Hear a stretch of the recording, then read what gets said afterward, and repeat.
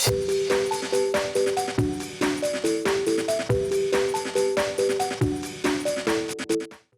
it going, YouTube? It's Panda time. In this video we have Grandiskuwagamon going up against Wargreymon X. I feel like Grandis was one of these really hyped up decks for the BT9 format, and now I just don't know. You talk to some people that tell you Grandis is the best deck ever. You talk to other people that tell you Grandis sucks and it's pure copium. So how do you guys feel about it? Is Grandis a good deck? Is it one of the best decks in the format? Or is it just a bad deck? Is everything else better? I don't know. On the other hand, I tried out the Wargreymon deck, and it's really cool. Actually, I'm a big fan of it. It's cool to have red decks that can do something. So we're gonna go into Agumon X, picking up the Greymon and the Omnimon, pretty juicy. And then gonna set up a Greymon X and then Digimon into the middle Greymon. So, you know, get a memory choked by the Mimi, but using the 1-cost Greymon to avoid that. One is going to stay in the back. He's trying to pick up his level 4s. Has to bottom deck the Digimon there, unfortunately. He does have Mimi to work with. He's gonna just be playing another Kukuwamon, getting those searches, and once again bottom decking a level 4. He also gives us 3 memory to work with. This means that we can go into one of our many awesome Wargreymons. And I gotta say, man, the BT1 Wargreymon, it just feels so good these days. It's such a strong card. We have a pretty good stack. We can swing with Metal Grey and delete one of his rookies, but by equipping the sauce first, we can swing, use the effect to pop, and then Digivolve into the... Alright, this play is actually illegal. I learned this is incorrect. You cannot Digivolve into anything. It has to be a Digimon that is an X antibody. So this play that I did there actually does not work. But you know, it is a learning experience. We're trying to figure it out. I was playing this deck for the first time. That actually does not work. You can only swing into... Or you can only like Digivolve and attack into things that are X antibody, which the Wargreymon is not. So you can swing into the level 6, like Wargreymon X, Metal Greymon X or whatever, which is not the original ones. He's gonna swing at the Wargrey to get draw of the Pinamon because he's desperate. Then use the Electroshocker to attempt to bounce the Wargrey. However, our effect lets us trash 2 of the same name to save himself. Now after that, we come into a scenario which... So Electroshocker says, you know, bounce the Digimon, and then it says trash all the sources. Now, in this game, we're not sure if the trash all the sources is part of the effect, or if it's just one of these like reminder texts that tells you what happens to the rest of the stack. So the card literally says trash all the sources, but I've talked to other judges and it's just regular reminder text, and it's not like an actual part of the effect. In this game, we played it assuming that it trashed everything because we just didn't know. But from what I understand, that's not how it works. It just attempts to bounce, and if it doesn't bounce, then nothing else happens. It's not like a crazy like strip removal, you know. We're going to swing, going to the Mercy Mode. Again, this doesn't work either. No. Okay, so this time I finally figured out it doesn't work. We have to go into an X antibody. So we're gonna just swing with the Agumon and then regularly Digimon to the Omnimon Mercy Mode to clear his stack. The Mercy Mode here is pretty good because he's a 1 security, and if he doesn't answer Omnimon, then on my turn, we'll just win the game. It also clears his only Digimon on the board, meaning that he has to rebuild from the back.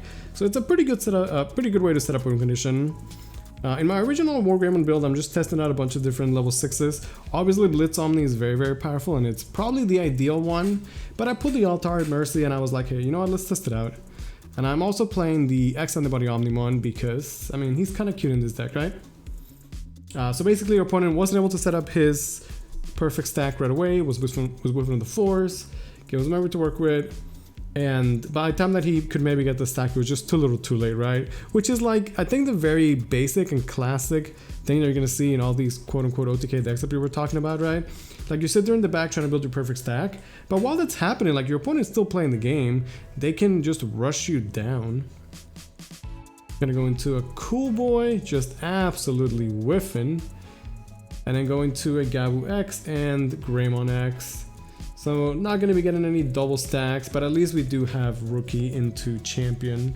He's gonna stay in the back and once again try and, you know, build that very juicy, you know, probably perfect stack. And we might be doing the same, but I like coming out of race into Cycle. Sometimes I think like you have to. I think that when you start the game, you always bring out because you just don't know. Okay, this time it does work, right? So we get the +1 security and a bunch of extra damage. However, even with the extra DP, we die first check into Grandiskuwagamon. Okay, what I was trying to say is, so when you start the game, you always promote, right? Because you're like, oh, I always promote. And then when you're like, get decent at the game, you're like, never promote, because you're like, oh, I only promote when I'm like going in. If I promote, then I'm at risk and you die, right? And I feel like the best players, they sometimes promote, sometimes stay in, right?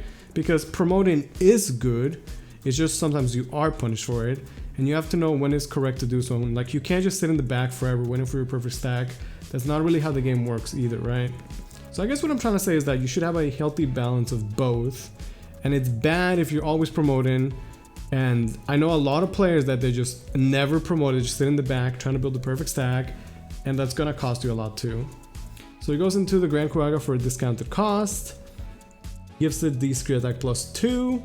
He can then pop the green memory, equip the sauce, and it can now go into the Grandis. So the Grandis is gonna swing for 3 checks. First check Gaia Force, get him out of here. So this is the other problem with the OTK decks, right? It's like you sit there, you build this crazy stack that's going to attempt to win the game in 1 turn. But when you're checking 5 security at the same time, well, sometimes all it takes is one thing in security to just completely mess up your play, right? Obviously Gaia Force is pretty good in security, but like people aren't even playing Gaia Force. People are just like sitting around running no removal and then wondering why they're getting OTK'd, right? So if you ask me, you should play cards like these. They're good in security, right? Gaia Force, Metal Storm, Hammer Spars, Crimson Blazes, like these cards will save you. They're good cards to have in hand and they're great cards to have in security, right? So in this case, you know, he made the perfect stack. Ran into Gaia Force first check. Feels bad, but you know, it is what it is. We have Cool Boy and Red Memory to work with. So even though we're at 1 memory, we have the right stack. We're going to crazy plays, right? We go to 3. We can then Digivolve into the Wargreymon. This time it is a legal play. We get the effect to get the +1 check. We can Digivolve into Wargreymon X for 1, but going into a Cool Boy to mitigate that, essentially going into it for 0. And then we could swing for a bunch of checks. And for every check, we're going to get +1 memory. He once again gets the Electroshocker. We can use the effect to save ourselves. And in this case, you know, the stack is going to stay. But again, as we just didn't know, we play with the effect that it is gone forever. We do get a memory for that, and then 1 more for the second check. So, you know, not bad. I do like the Wargreymon X. It's a pretty solid card. It's kind of interesting for the Greymon deck because, like, the regular BT1 Metal Greymon or Wargreymon is such a good card. And the Wargreymon X is great too, but they just both have different effects. So when you play this deck, you have to think about which one you want to go into. Sometimes not checking options is better, and sometimes the X is way better as you get memory for swinging, and then you get the removal. We're gonna get hit with the Ground Fang, which is just rude if you ask me. Actually disrespectful. Card is pretty funny though, and hey, it is one of those big cards in security that can definitely save you. We got a bunch of memory to work with, so we're gonna see just how much we can build. Going to the Greymon for 1, Metal Grey for 3. We have enough to go into the Metal Greymon X, getting the Security Attack Plus and the extra DP. And then the Wargreymon, so now it's going to be swinging for 3 checks at like 50,000 DP and offers on activate. And this is red in a nutshell, right? Swing, swing, and then Agumon swings for game. A pretty short game, but I hope you guys enjoyed it. I wanted to show off the Wargreymon X. Thank you guys so much for watching.